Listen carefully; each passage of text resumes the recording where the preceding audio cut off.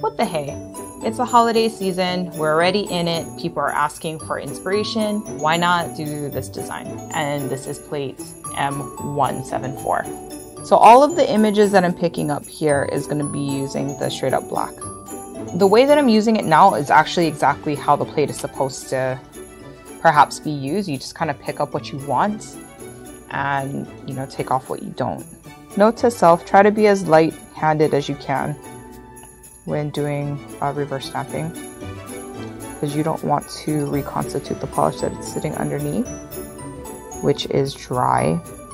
Okay, here we are. What do you guys think? Did we do a good job? Oh my gosh, I think this turned out pretty darn good. Tell me what you guys think.